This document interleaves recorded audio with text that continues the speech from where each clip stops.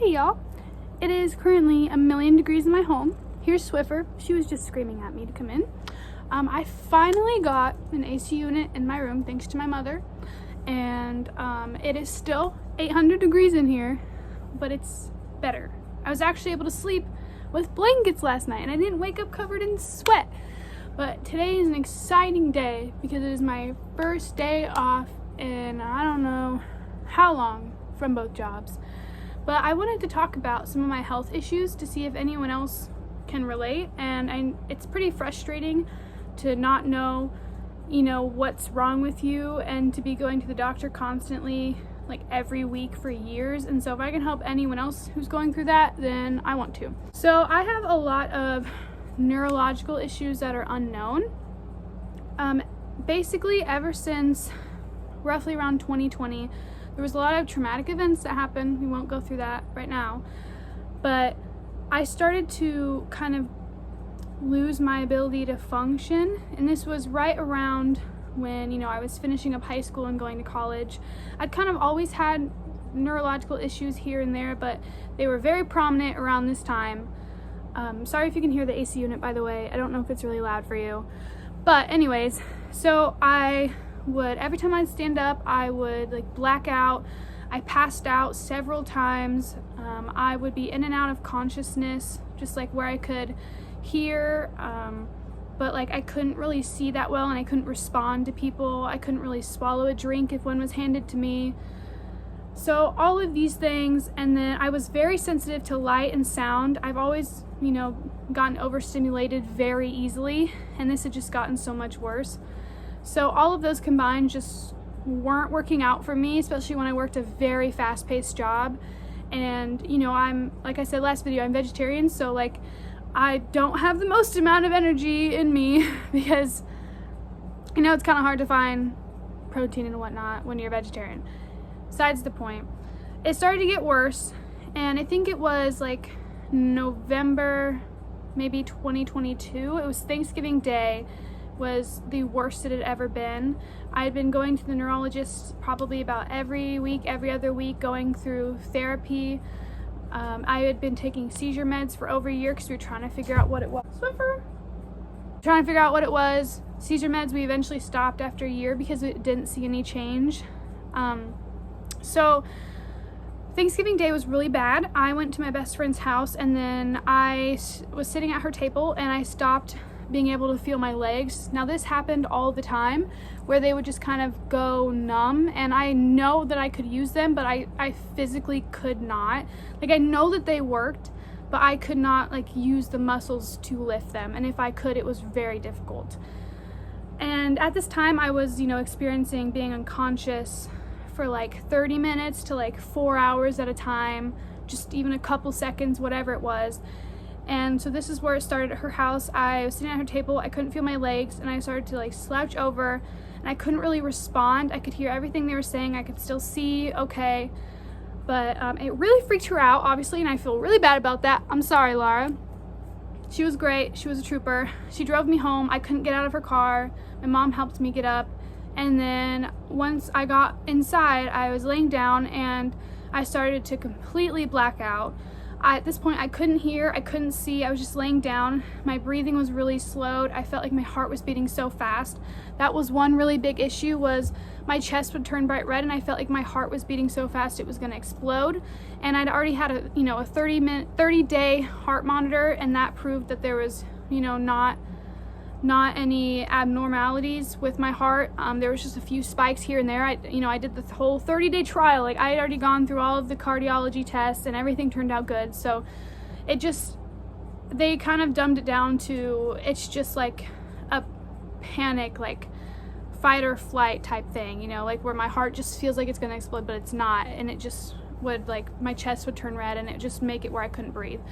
So that was going on. Oh, Swiffer, my little child. And I was with my mom. She ended up calling 911, and I remember I was crying, and I couldn't stop crying, and I couldn't breathe, and everything was slowing down, and I had just felt like I'd lost time and just floated out of my body, and it was terrifying. And I remember saying, tell Laura I love her, because I didn't really think I was like gonna necessarily die. I mean, I kind of did, but I was just like freaking out, and I know that I freaked her out really bad. So I was like, just tell Laura I love her. Like, I'm sorry if I die right now, Mom. I'm trying my best. The ambulance came, and I have never been so angry at paramedics before. I respect them so much. I know they're so beyond overworked, and they do, God's work. Like, they are amazing heroes. But they came, and I understand it was Thanksgiving, but they were very dismissive. They didn't listen to a thing I had to say. They just knew that, I took all these medications, and I had panic disorder and OCD and anxiety and PTSD and all of these things. They had the whole list, and they just took that and ran with it and told me that I just was having a panic attack and that I needed to lay in a dark room and go to bed and take a cold shower. And I was actually so angry at this point that my symptoms just stopped, and I just walked out of the room, and my mom was like, okay, please leave now. And it was extremely unhelpful, and we were both so angry.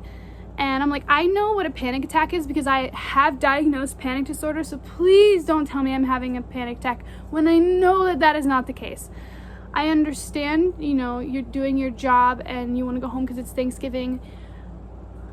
I am not having a panic attack. Please listen to me. That is a problem I've had so many times with doctors, especially male doctors.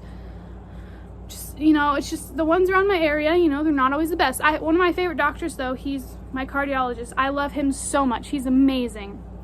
But some of the male doctors, they don't listen as well to women, and I've experienced that a lot. Like, one time I thought that I was potentially blood clotting in my leg, and I was told I just, had a headache or that it was my period or whatever. And then at the end of the emergency visit, he said, oh, it looks like you actually could have been forming a blood clot. Just look out for that in your life because you could be prone to those.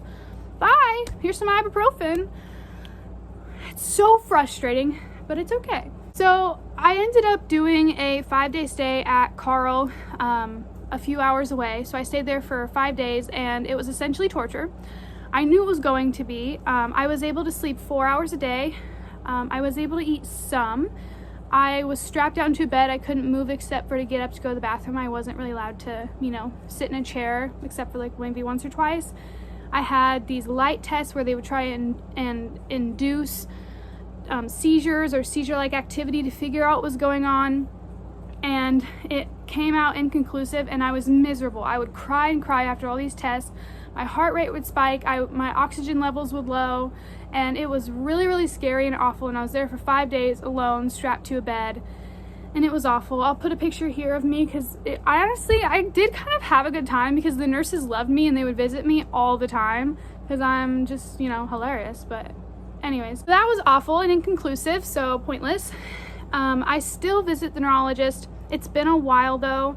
I'm trying to get an appointment with a neuropsychiatrist because I saw one when I was 17 to try and, diagnose if I was on any other spectrum or scales like autism, ADHD, all those things because they all run in my family.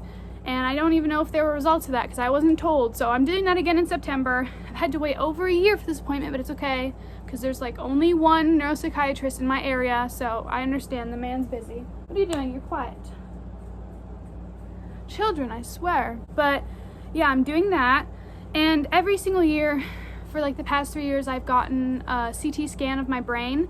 The first year, they were like, okay, so it's either brain cancer or epilepsy. And I was like, okay, cool. And then we got the brain scan, and they're like, okay, so it's not brain cancer right now. Okay. So that's when I, did the epilepsy testing. And then last year, I got another brain scan, and they told me that over the course of my brain scans, it looks like my brain waves have slowed down. So I essentially have the brain waves of an older person. I don't know how old, but every single time I go, they're like, that's weird for your age. That shouldn't be happening, but I'm not going to give you any answers why, because I don't know either. So it's really frustrating, but my ability to function has gone down significantly over the years. Like my coordination skills, my attention skills, my memory, it's all gone down, and it's been incredibly frustrating, especially when I get made fun of a lot for it, like from, people at my old job or just people when I was at school, and I would have to have all of these, amenities and extra things to help me with college when I was still there. And, sometimes it was embarrassing, but other times it's like, no, that's what these services are put in place for. The audacity of her. But yeah, I don't know why they're slowing down, but it's made it incredibly hard for me to do my, everyday, day-to-day functions. And just knowing that I have to get like a brain scan every year because we're essentially waiting to see if brain cancer pops up at some point is slightly frightening, especially when they didn't see brain cancer. I didn't feel like the C word needed to be said, but it's okay. It's just scary, but it's fine. I have hopes. You have to be able to stand up for yourself and push your own medical needs, because no one else can do it for you. And if you're not fighting for yourself, you can't expect others to fight for you. So I continue to go to these appointments. I'm not in therapy anymore because when my grandma died, I stopped going, so I lost the referral, unfortunately. And it sucks because that was kind of working out for me because I have motion issues, so we were kind of coming up with solutions and different tests that I can do to try and control my motion problems, because that is another big issue that I have now, along with obviously my attention and memory and all those great things that a person needs. But yeah, you just have to continue this journey, and it's incredibly frustrating, but I feel fortunate that I'm able to go to the doctor because of my insurance, and I'm able to get blood tests done all the time, and I was able to do the heart monitor, and I've done every test under the sun that the neurologists around me can conquer up, and same with my cardiologist. And I have all these doctors, and I have these people around me who know me and support me and are so incredibly helpful and understanding with these issues that I struggle with. So I think it's just incredibly frustrating, but it's also it makes me feel very grateful that I have these people around me and I am able to access these services that I need. Hopefully I can figure out in the future what these neurological issues are that I have, so I don't continue passing out and feeling sick 24/7, because it is really annoying. And I have all these stomach issues as well that I can't seem to get under control.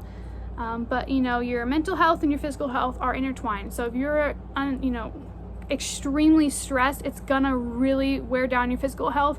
And likewise, if you feel really, really sick, it's gonna be really hard to stay positive and be happy. So you have to be able to take care of yourself and have time for yourself and do all those self-love things that you need to do, because that's what matters at the end of the day. Are you happy with yourself? Are you happy with where you're at in your life? If not, you have to be able to go after those things for yourself, because you deserve a chance to be happy. You deserve, everything and more that you can get out of life. So I love you all. Take care of yourselves. I hope that me slightly discussing my medical journey is helpful to any of you out there. I'm only 20, and so I feel like a 70-year-old man. I mean, I dress like an elderly man. It's kind of what I'm known for. I absolutely love it. But I'm not ready to be in a nursing home. So I'm really hoping things work out. I'm gonna keep pushing for my health, and I hope you all do the same.